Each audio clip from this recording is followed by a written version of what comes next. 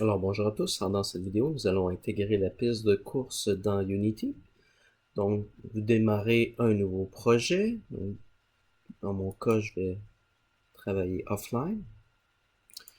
Créer un nouveau projet que je vais envoyer sur mon bureau, que je vais appeler piste de course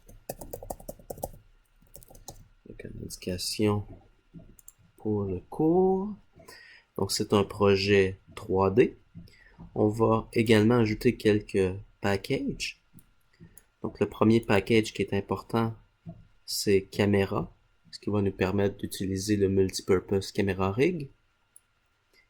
Ensuite, j'ai besoin de effect, qui va me permettre d'avoir des effets de lentille et le flare pour le soleil. Je vais également utiliser utility, qui me permet d'avoir le script pour les waypoints pour la voiture DI et également le package véhicule pour les voitures. Bon, je vais créer un nouveau projet. Bon, mon projet est maintenant ouvert, donc j'ai mes standards assets avec les packages que je viens d'importer. Je vais maintenant ajouter ma piste de course, donc dans le panneau Project, je fais un clic secondaire, Import New Asset. Je peux également passer par le menu avec Asset et Import New Asset. Donc les deux façons fonctionnent. Donc je vais aller chercher mon fichier FBX, je vais faire Import.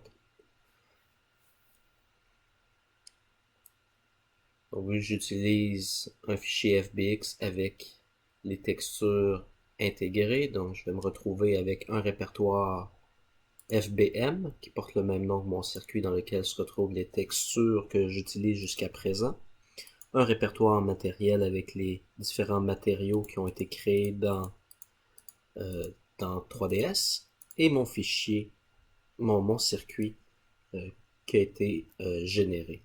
Encore une fois, vu que mon pivot a été créé dans la vue front, la piste de course est dans la bonne orientation dans le preview. Je vais maintenant cocher l'option Generate Colliders qui va permettre de circuler sur la piste. Et je vais également cocher l'option Generate Lightmap UVs pour me permettre d'avoir des meilleurs lightmaps.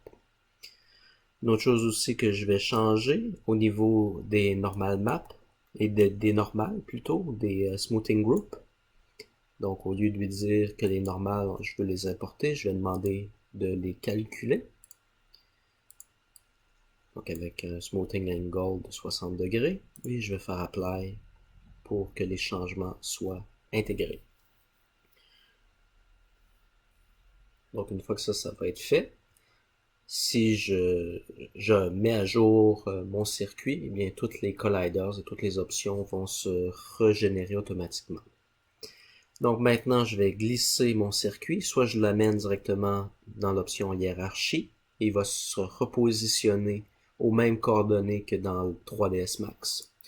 Ou je peux prendre le circuit et l'amener dans la scène et manuellement lui donner une position. Donc c'est les deux façons de procéder. Donc j'ai mon circuit. Maintenant je vais placer les voitures. Donc dans le répertoire standard asset, véhicule, car, préfab. Donc je retrouve ma voiture. Standard asset, véhicule, car, préfab. Donc je prends mon véhicule, je l'amène sur ma piste.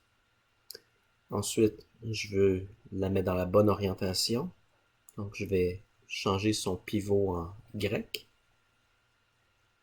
juste pour la mettre dans le bon sens. Maintenant, je veux que la caméra suive ma voiture. Donc la caméra que j'ai dans ma scène, la main caméra, elle n'a pas de script. Donc je vais supprimer cette caméra. Donc on voit présentement dans Game qu'on me dit que je n'ai plus de caméra. Donc je vais retourner dans mon répertoire standard asset, caméra, préfab. Et je vais prendre la caméra Multipurpose Camera Rig que je vais amener dans ma scène. Donc présentement, les valeurs par défaut ne sont pas nécessairement les valeurs que j'aime. Si on teste le jeu, la caméra va avoir de la difficulté à suivre ma voiture. Je vais juste baisser un peu le son. Donc on voit, la voiture finit par nous dépasser. C'est difficile de bien la contrôler à cette distance. Donc, sur la caméra que j'ai placée dans ma hiérarchie, je vais changer les valeurs du Move Speed. Je vais lui donner une valeur de 20. Et le Turn Speed, je vais lui donner une valeur de 16. Donc, des valeurs qui sont beaucoup plus élevées. Une autre chose aussi, présentement, le Target regarde ma voiture, mais si j'amène une voiture AI, le système de caméra risque de se mêler. Donc, je vais décocher l'option Auto Target Player et je m'assure que ma voiture est bien placée dans l'option Target. Donc maintenant, si je fais un test, la caméra va être en mesure de suivre la voiture beaucoup plus fidèlement.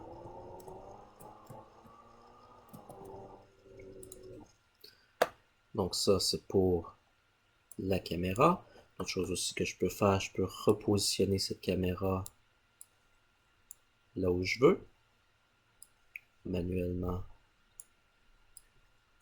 la mettre dans la scène, changer son orientation à Y, juste pour avoir un meilleur point de vue au départ. Une fois que ça c'est fait, donc je vais mettre les caméras de côté et je vais retravailler le visuel de mon terrain. Donc j'ai quelques textures additionnelles que je vais importer. Donc j'ai un répertoire qui s'appelle texture.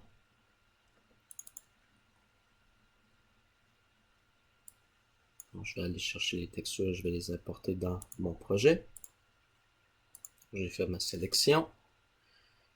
Et je vais glisser les textures dans mon project, dans le répertoire de mes textures.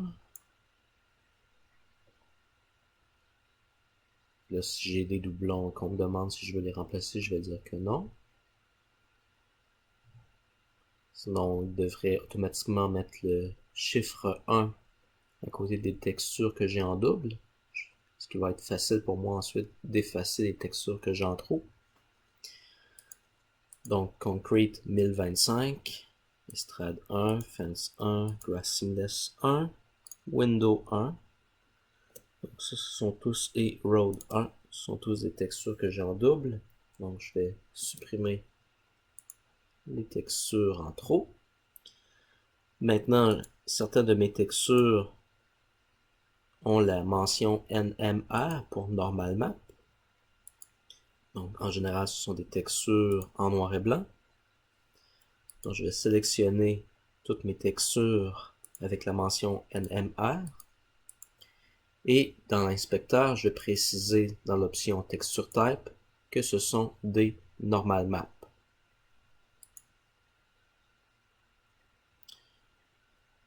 Je vais faire Apply. Oh oui, une autre chose aussi qu'il ne faut pas oublier, c'est de cocher l'option Create from Grayscale. Donc, je vais mettre les valeurs au tiers et je vais appliquer les changements. Donc là, présentement, on voit que les couleurs sont un peu étranges. Et maintenant, les couleurs des normal maps font beaucoup plus de sens. Donc, je vais commencer à retravailler ma route. Donc, je la sélectionne dans la scène jusqu'à temps que je vois son matériel. Donc, je peux afficher les propriétés du matériel en appuyant sur la petite flèche à gauche de l'icône. Je peux également aller dans le répertoire matériel qui se trouve dans mon project et je peux aller changer la configuration du matériel directement sur le projet. Dans les deux cas, ça revient au même. Donc, la première chose que je vais faire, je vais aller assigner ma nouvelle texture de Normal Map. Donc, j'ai Road NMR que je vais mettre dans le canal Normal Map. Donc, on voit le résultat en temps réel. Donc je peux ajuster les valeurs. Une autre chose aussi à noter, j'ai l'option Metallic et Smoothness. Donc plus le smoothness est élevé et plus je vais voir la réflexion dans le sol. Ça fait un effet miroir. Si je mets le smoothness à 0, et bien là, je ne reflète pratiquement pas la scène. Donc, normalement, on doit trouver un bon juste milieu. L'option métallique va intensifier l'effet. Donc, c'est pas nécessairement pour du métal. Si je mets l'option métallique à 0, c'est plus métallique qu'à 1. Donc, c'est un peu étrange comment ça fonctionne. Mais vous faites les tests pour ajuster les valeurs pour que ce soit le plus beau possible. Donc, ça devrait être suffisant pour ma route. Ensuite, je vais faire mon mur de ciment. J'ai les propriétés du concrete, donc je vais glisser la texture de normal map. Autre chose aussi que je peux faire, si je veux voir plus de détails, je peux utiliser le secondary map. Donc je pourrais réutiliser le concrete normal dans la section normal map du secondary, mais utiliser un tiling qui est différent. Donc plus la valeur du tiling est élevée et plus j'ai des micro-détails dans ma texture. Plus je me rapproche, plus je devrais voir des petits détails apparaître. Donc, si je le mets à 4, ça devient plus intense. Si je le mets à 0.5, et bien là, ça va devenir moins intense. Du moins, ça va être plus gros dans la texture. Donc, je vais lui donner une valeur un peu plus élevée. Donc, ça, c'est pour mon mur de ciment. Également, j'utilise le même matériel pour mon toit. Donc, c'est à noter que les effets vont être appliqués partout. Je vais faire la même chose avec mes sièges. Donc, dans le matériel estrade, je vais glisser la normal map et je vais augmenter la valeur pour qu'on sente bien le relief.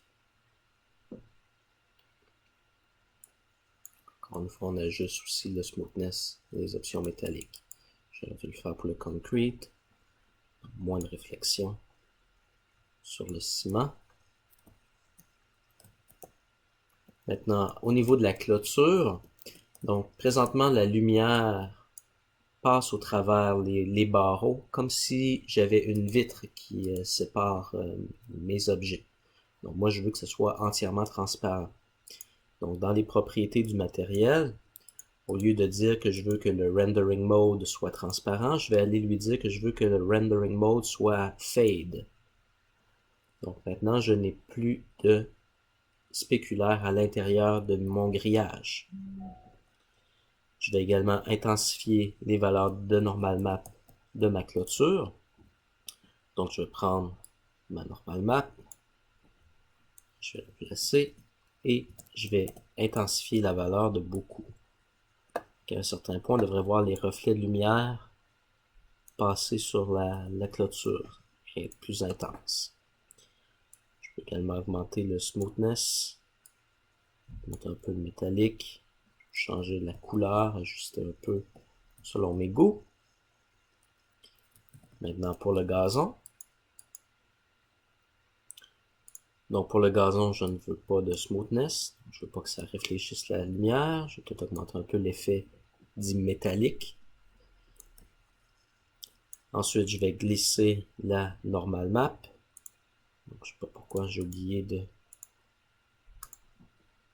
spécifier que c'est une normale en grayscale.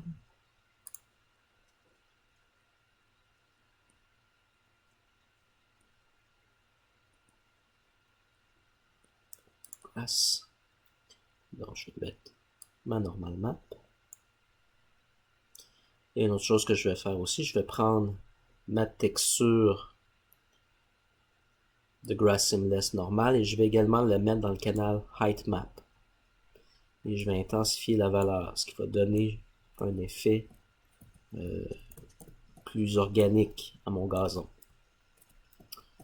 Donc ça donne l'illusion d'avoir des brins de gazon qui sortent de la texture. Maintenant, les fenêtres.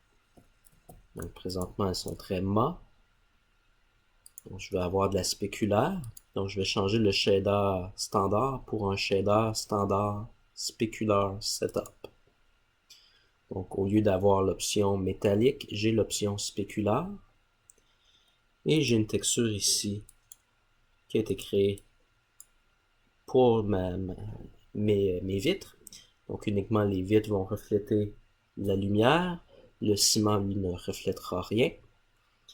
Donc, je vais aller dans mon matériel. Je vais glisser ma texture. Donc, maintenant, on voit que le ciel est reflété à l'intérieur des fenêtres.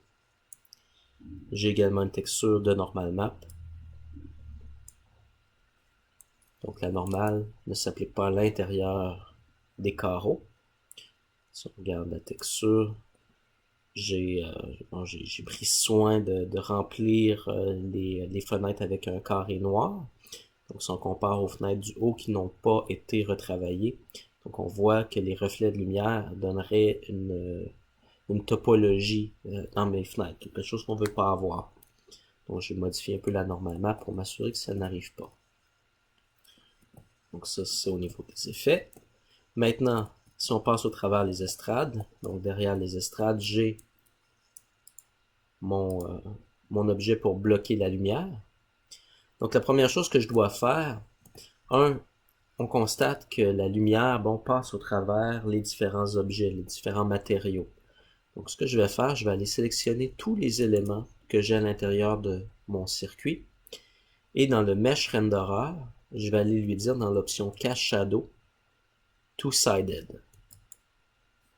Donc maintenant, on voit que l'ombrage est beaucoup mieux qu'il était précédemment.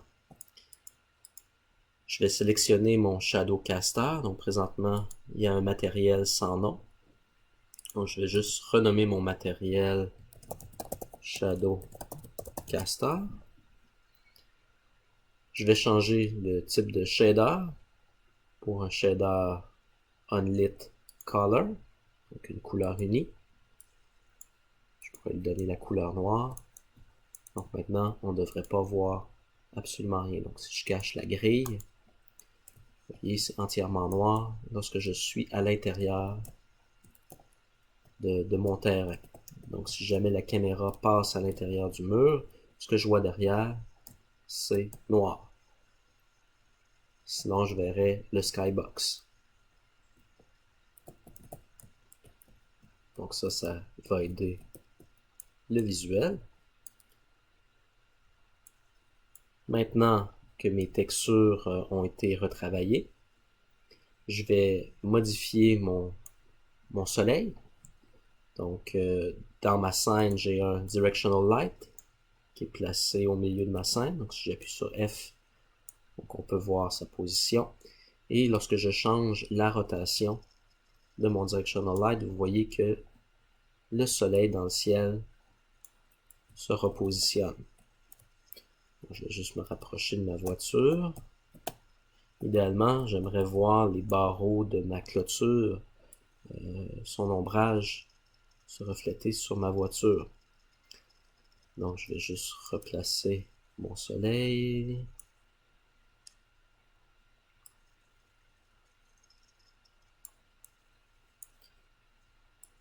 Un peu plus bas. Donc, ça devrait aider la projection de la lumière. Maintenant, j'aimerais avoir un halo autour, un flare autour de mon soleil. Donc, j'ai l'option ici, Flare sur le Directional Light. Donc, si j'appuie sur le petit point qu'il y a au bout de la ligne, je vais avoir un panneau avec les différents flares que j'ai importés dans le package Effect. Donc, le flare que je recommande, c'est 50 mm zoom, qui permet justement d'avoir la traînée au niveau de la projection de la lumière. Si j'utilise Sun, et maintenant je n'ai plus ce flare.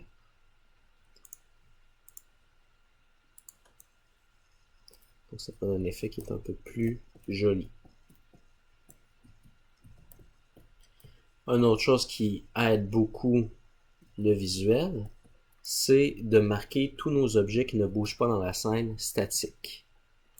Donc, je vais sélectionner mon circuit et je vais aller activer l'option statique. On me demande, voulez-vous changer les enfants? Oui, je veux également changer tous les enfants. Maintenant, lorsque je vais baker la lumière, les objets qui sont marqués statiques vont avoir des light maps qui vont être précalculés et qui vont donner justement un meilleur fini de lumière. Donc présentement, si on regarde l'ombrage dans le haut de mes estrades, on voit qu'il y a une certaine distance où on ne voit plus la lumière. Donc en bakant la lumière, ça va permettre d'avoir quelque chose qui va être en continu tout au long du circuit, peu importe comment je le regarde. Vous constaterez aussi que dans le bas de votre écran, vous avez un calcul qui est en train de se faire. Donc actuellement, les paramètres d'éclairage sont calculés automatiquement et le résultat va être stocké sur votre disque dur dans le Global, le GI Cache. Donc, lorsque vous amenez votre projet à l'université ou quoi que ce soit, ces informations-là du Lightmap ne sont pas conservées. Donc, ce que je vais faire, je vais aller dans le menu Window Lighting et je vais aller décocher l'option Auto. Donc, c'est ce qui va me permettre de spécifier à quel moment je veux calculer mes Lightmaps. Une autre chose aussi pour faire les calculs, surtout lorsque je veux tester mes effets pour m'assurer que mon éclairage est correctement configuré, on doit s'assurer que ça ne prend pas des heures à calculer. Donc, c'est bon de préciser que le CPU usage est unlimited, donc ce qui permet de calculer beaucoup plus rapidement la scène. Une autre chose aussi qui réduit le temps de calcul, dans la section General GI, dans Default Parameters, au lieu de prendre Default Medium, on peut prendre Default Very Low Resolution, donc ce qui va aider à faire les calculs beaucoup plus rapidement. Au niveau de l'option Bake GI, au niveau de la taille de la classe, donc pour les premiers tests, je peux lui donner une valeur qui est beaucoup plus petite, beaucoup plus restreinte. Ensuite, dans les paramètres environnement lighting, donc pour le sun, je peux appuyer sur le point au bout de la ligne et aller préciser que mon soleil est mon directional light.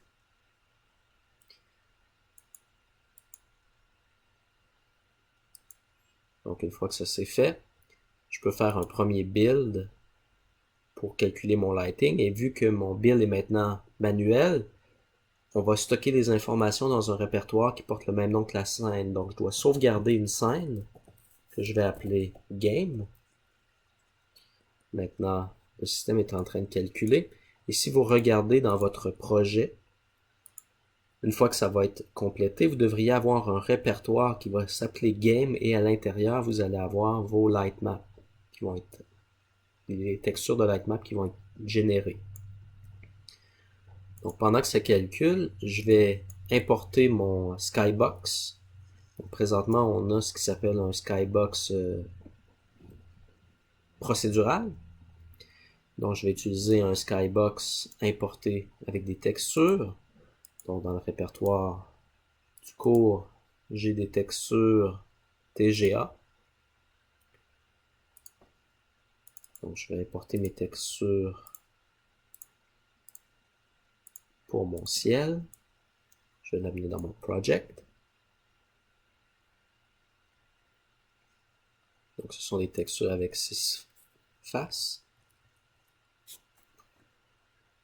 Première chose que je vais faire, pour ne pas avoir d'artefacts visuels dans le ciel, je vais sélectionner mes textures et dans la section Wrap Mode, je vais préciser que je veux que les textures clamp, c'est-à-dire le dernier pixel au bout de la texture, la couleur va rester si jamais j'étire le UV de mon objet. Il va pas avoir, les textures ne vont pas se dupliquer, se répéter. Donc je vais faire Apply. Maintenant, je vais me créer un nouveau matériel. Donc je fais un clic de droit dans mon Project. Je fais Create et je sélectionne Matériel. Donc je vais appeler mon nouveau matériel Sky. Au niveau du shader, au lieu d'utiliser le shader standard, je vais aller dans Skybox et je vais choisir Six-Sided. Donc j'ai maintenant 6 textures, front, back, left, right, up, down. Donc je vais aller glisser les textures dans les bons champs. Donc Heal2 BK va dans back, DN va dans down, FT va dans front, LF pour left, RT pour right et up dans up. Donc si je regarde au niveau de l'aperçu, donc on peut voir le résultat, on peut également regarder sur tous les angles pour s'assurer que Skybox est bien généré. On a une option qui nous permet d'augmenter l'exposure. Si la résolution est faible, donc on peut intensifier l'exposure, ce qui va enlever du détail. On peut également utiliser l'outil de rotation pour le mettre dans un angle qui nous intéresse. Une fois que ça c'est fait, je vais aller l'assigner dans mon projet. Donc je retourne dans le menu Window, Lighting, et dans la section Skybox, au lieu d'utiliser le Default Skybox, j'appuie sur le point et je vais sélectionner mon Skybox que j'ai créé.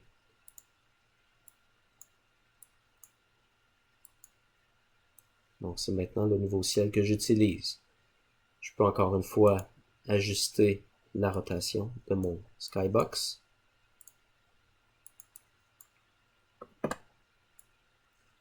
J'ai l'option d'exposure et j'ai l'option de rotation. Donc, juste pour placer mon ciel et mon soleil à un endroit où ça fait du sens. Donc maintenant, j'ai mon ciel qui est configuré.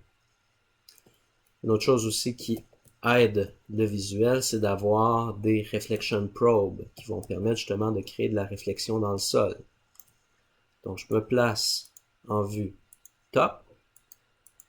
Idéalement, j'enlève la perspective. Donc j'ai une option ici avec les petites lignes qui sont à côté du mot perspective ou ISO. Donc je me mets en mode ISO, en top view. Et maintenant, je vais aller créer mes reflection probes. Donc pour ce faire, je vais dans le menu Game Object, Light et Reflection Probe. Donc un Reflection Probe, ça contient au centre une sphère qui est dans le fond une caméra qui va prendre des clichés tout autour pour créer un Reflection Probe, une réflexion dans le fond, un cube map. Et la boîte, dans le fond, c'est la zone dans laquelle la réflexion va s'appliquer. Une autre chose aussi qui est important à noter, on doit être en mode local. Et si on regarde au niveau de l'orientation des axes, on doit s'assurer de toujours conserver la même orientation si on veut que les rendus soient clean. Donc, je vais d'abord me placer en top view. Je vais positionner le centre de mon probe au centre de ma ligne. Donc, toujours, lorsque je vais faire le calcul, je vais toujours le faire à partir du même emplacement. Une autre chose aussi qui est importante, au niveau de la hauteur du probe, donc le point au centre, devrait être à la même hauteur que la caméra dans la scène.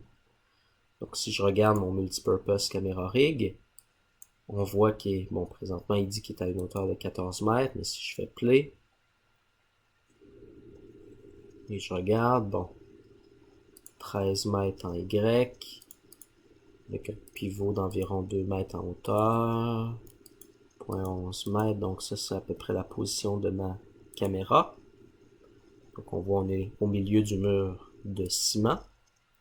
Donc je prends mon Reflection Probe et je vais m'assurer au niveau de la hauteur qu'il soit également à la même hauteur que ma caméra, le mieux possible. Je vais juste repositionner au milieu du mur de ciment.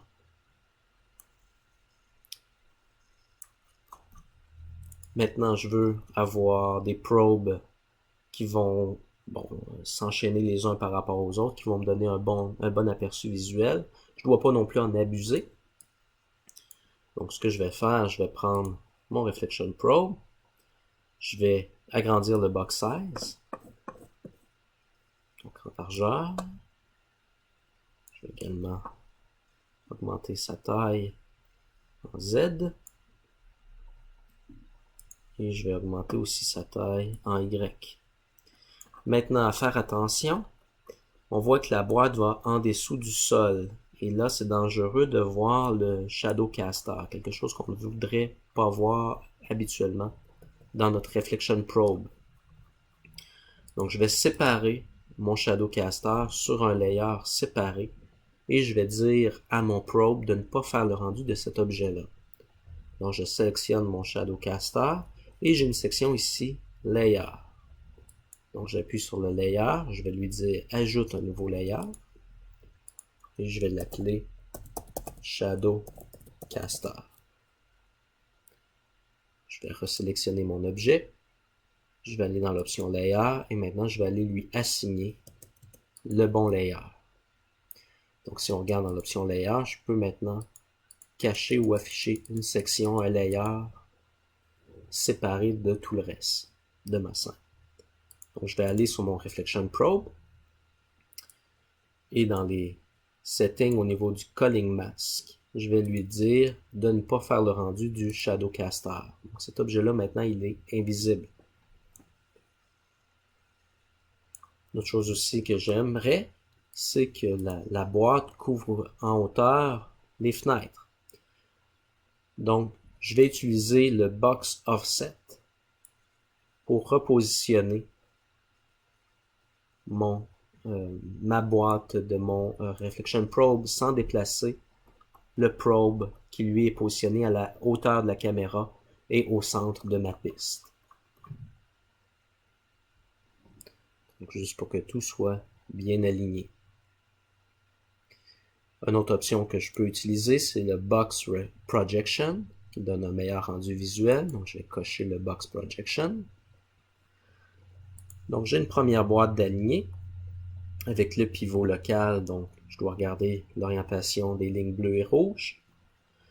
Et ce que je vais faire une copie de mon probe que je vais positionner de l'autre côté de mon circuit. Encore une fois, je m'assure que le point est bien centré sur la ligne blanche. Et en Top View, je vais appliquer une rotation en 180 degrés pour m'assurer que la ligne rouge et la ligne bleue pointent toujours dans le même sens. Donc si on regarde sur le probe original, dans mon cas présent, la ligne bleue pointe vers l'extérieur du stade. Donc je dois m'assurer que la ligne bleue pointe à l'extérieur du stade pour l'autre côté de ma piste également.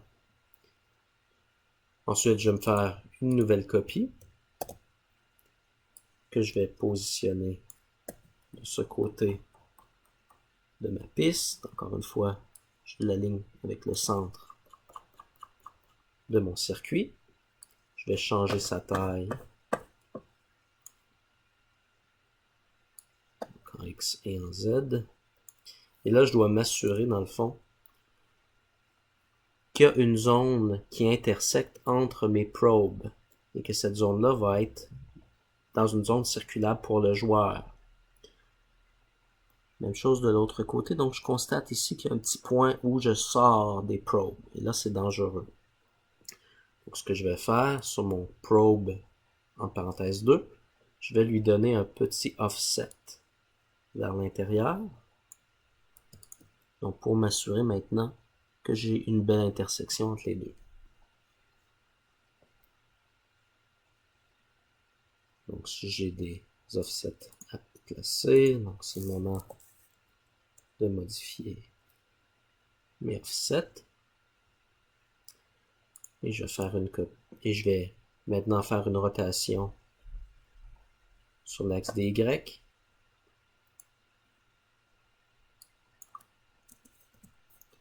Donc, moins 90 degrés. Donc, la flèche bleue pointe vers l'extérieur et la flèche rouge pointe vers l'arrière relativement à l'orientation de ma voiture. Donc, je vais m'assurer aussi que ça fait la même chose, que la flèche rouge pointe vers l'arrière, que la flèche bleue pointe vers l'extérieur, flèche rouge pointe vers l'arrière, flèche bleue vers l'extérieur. Je vais faire une dernière copie de mon Reflection Probe. Je vais le repositionner de l'autre côté de mon circuit. Je vais le centrer au centre de ma piste. Je vais appliquer un offset.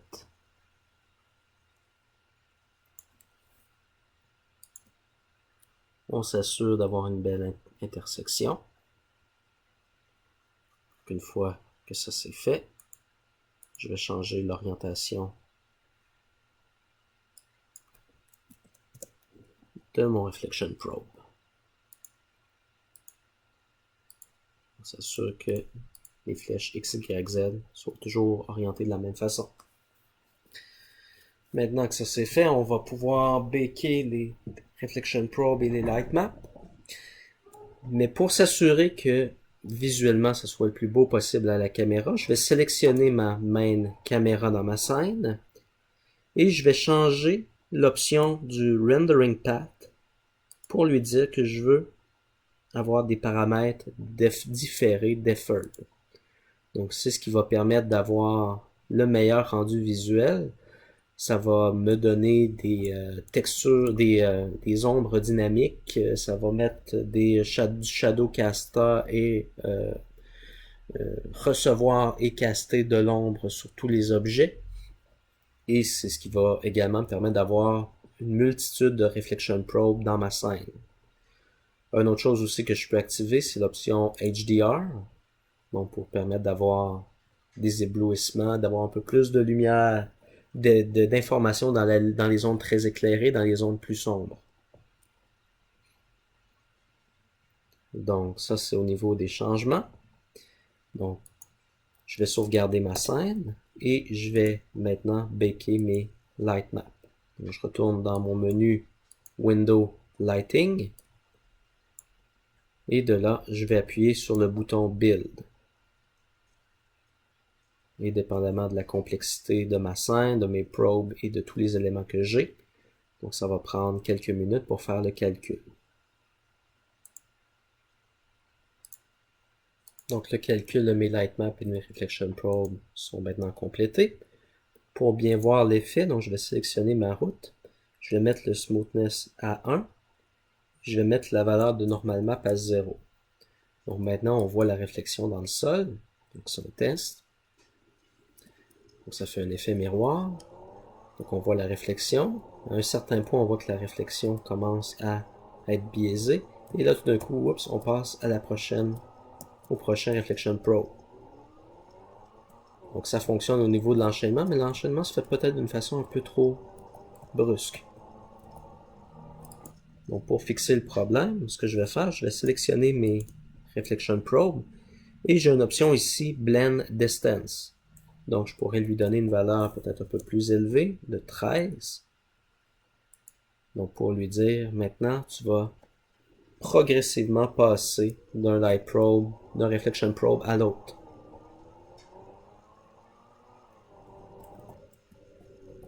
Il y a une transition qui est un peu plus smooth.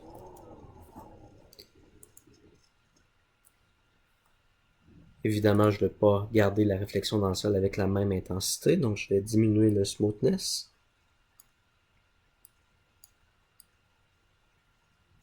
Et je vais remettre le normal map.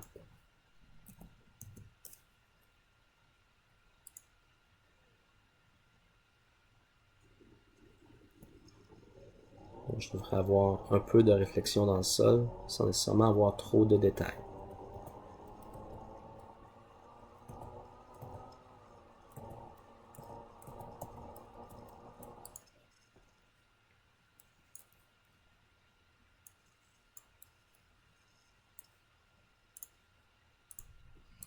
Donc maintenant que j'ai complété les étapes, je remarque que mes ombrages qui sont bakés ne sont pas nécessairement visibles.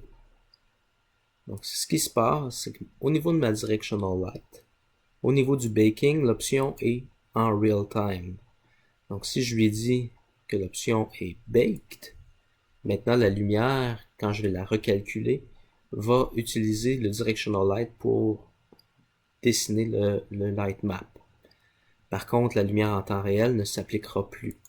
Donc, ce que je peux faire, je peux dupliquer mon directional light. Et sur une des copies,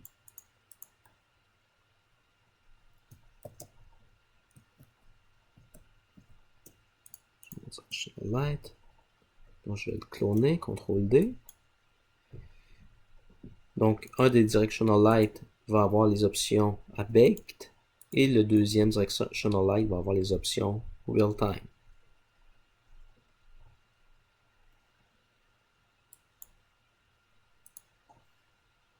Donc, je vais dans mes options lighting et je recalcule ma scène.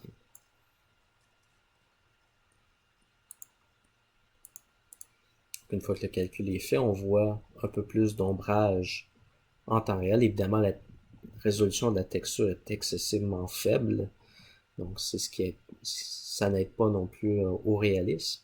Mais au moins, ça nous permet de donner un premier aperçu à savoir est-ce que la balance de la lumière est correcte, est-ce que c'est trop illuminé, est-ce que c'est pas assez illuminé, est-ce que je dois modifier l'éclairage.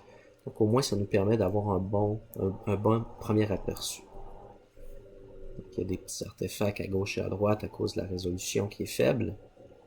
Mais au moins, on peut voir si on est satisfait globalement de notre effet. Est-ce qu'on doit changer des paramètres au niveau de l'intensité de la lumière? Une fois qu'on a ajusté ces petits détails-là, que c'est à notre goût, chose qu'on peut changer dans les options de lighting, eh bien, je pourrais augmenter la taille de l'atlas à la taille de 1024. Autre chose aussi que je peux activer, c'est l'occlusion ambiante. Et ça rajoute quand même beaucoup de temps de calcul. Je peux augmenter la résolution du Global Illumination, mais ça va prendre encore beaucoup plus de temps à finaliser. Une autre chose aussi, je peux peut-être ajouter un peu d'éclairage, d'occlusion directe et indirecte. On peut également augmenter le bounciness de la lumière. Donc, pour que la lumière qui frappe un obstacle à une couleur gris, par exemple, va réfléchir la lumière avec la couleur grise. Donc, des petits effets qu'on peut comme ça améliorer. Et ensuite de ça, on peut aussi aller dans les options de qualité. Donc, Edit, Project Setting, Quality. Et dans le menu de Quality, bon, on a différentes configurations, justement, avec différentes résolutions et différents paramètres. Donc, à Fantastic, je pourrais lui dire que la résolution des ombres, au lieu d'être High Resolution, on parle de Very High Resolution. Aussi au niveau de la distance de l'ombre, donc l'ombre en temps réel, si on augmente cette valeur-là, on peut voir beaucoup plus loin notre effet d'ombre en temps réel, ce qui donne un effet plus réaliste. Donc une fois qu'on est satisfait de nos changements, on fait un nouveau build, mais cette fois-ci, ça risque de prendre un peu plus de temps pour les calculs.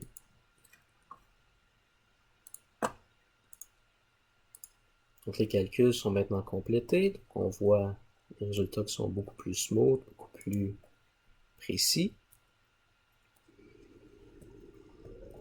Évidemment, j'ai aussi l'ombre en temps réel. Et tout va blender ensemble avec l'ombrage précalculé. Encore quelques petits artefacts qu'on pourra améliorer, mais dans l'ensemble, c'est plutôt bien. Les performances sont encore très bonnes. Donc, maintenant que j'ai calculé le lighting, je devrais également calculer l'occlusion culling. Donc, on va dans le menu Window, Occlusion Culling. Je vais aller dans l'option Bake et je vais tout simplement appuyer sur le bouton Bake. Maintenant, si on regarde dans la scène, vous devriez voir des carrés bleus se générer pour calculer le culling de la scène. Donc ça va permettre d'optimiser le visuel.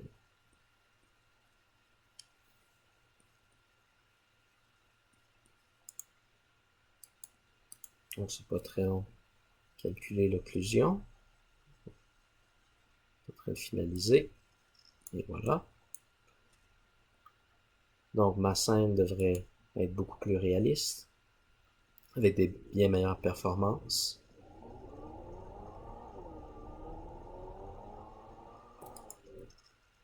Maintenant, on va faire quelques petits tests avec la caméra. Donc, on avait mentionné que le Shadowcaster nous donne un fallback lorsqu'on voit à l'intérieur du mur de ciment, de mur de concrete. Si je m'approche trop près, à un certain point, si je recule dans le mur, vous voyez, à un moment donné, je peux passer au travers le mur. Donc, je vais avoir quelque chose de noir plutôt que de voir le skybox lorsque ces conditions-là arrivent. Une chose qu'on constate aussi, c'est qu'il y a des objets qui disparaissent dans la scène lorsque ma caméra passe au travers le mur. Donc j'ai des objets qui apparaissent et disparaissent. Donc c'est un peu étrange. Donc pourquoi est-ce que ça arrive? C'est que le système, la caméra lance des rayons pour savoir, bon, est-ce que certains objets sont visibles ou invisibles à la caméra. Et dans le cas présent, bon, avec les normales inversées, bon, il y a des erreurs de calcul dans la caméra principale. Donc pour fixer ça, je vais aller dans les options de ma main caméra, je vais aller dans l'inspecteur, et je vais également décocher l'option Occlusion Culling. Donc maintenant, le système va calculer, va faire le rendu de la scène, même si l'occlusion, même si la direction de la normale est inversée. Donc maintenant, si je recule dans le mur, vous voyez, il n'y a plus rien qui disparaît dans la scène. Donc ça a fixé le problème au détriment des performances. Donc ça, c'est une modification qui va vous aider de beaucoup. Un dernier petit détail aussi qu'on peut faire avec le Multipurpose Camera Rig, on a par défaut un script qui s'appelle Protect Camera from Wall. Et ce script-là, il est désactivé par défaut. Donc si on active cette option-là, on a moins de chances de passer au travers le mur et dans le fond, la caméra devrait essayer de se réajuster automatiquement. Même chose si je passe trop près du mur, que la caméra tourne, bien elle va tenter d'éviter de passer au travers les obstacles. Ça peut aider le visuel.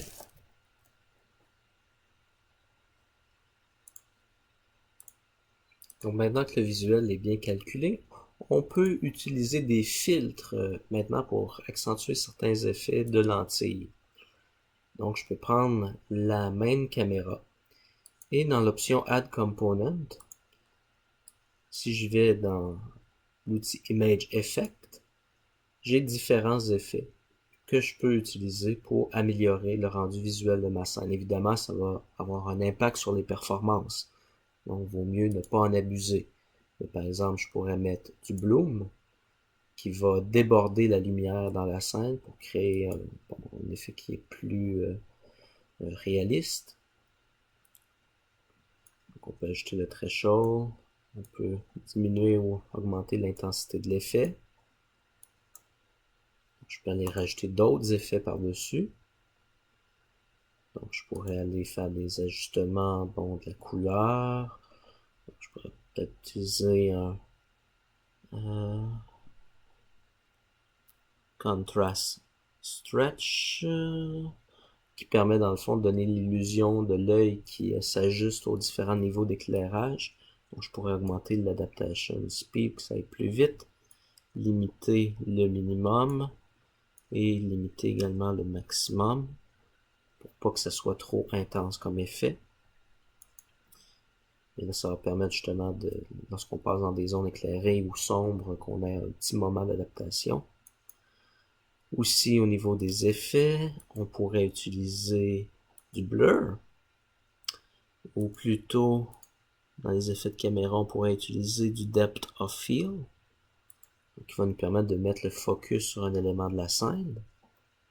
Et là, je peux dire focus sur un transform et aller prendre ma voiture et le mettre dans le paramètre ici. Maintenant, vous voyez, le focus suit la voiture.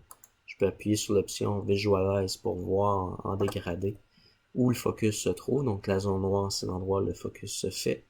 Je peux changer la taille de la focale pour avoir un peu plus d'éléments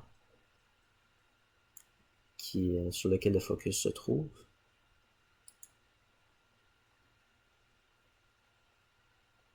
Ça peut changer un peu aussi.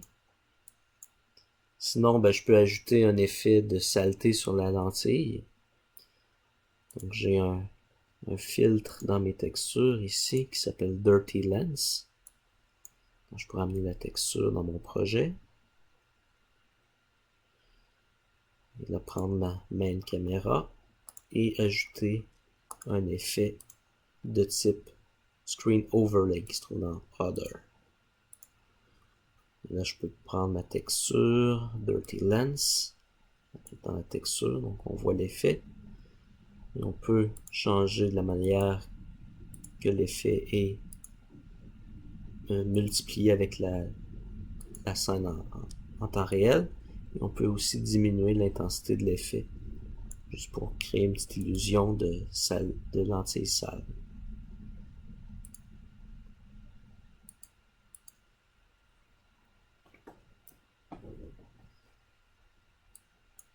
Donc explorer les effets, n'en abusez pas non plus.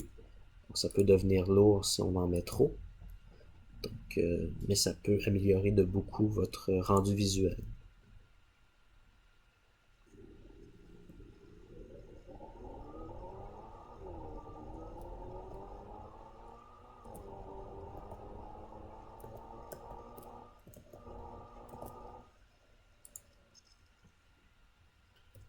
Je vais sauvegarder ma scène.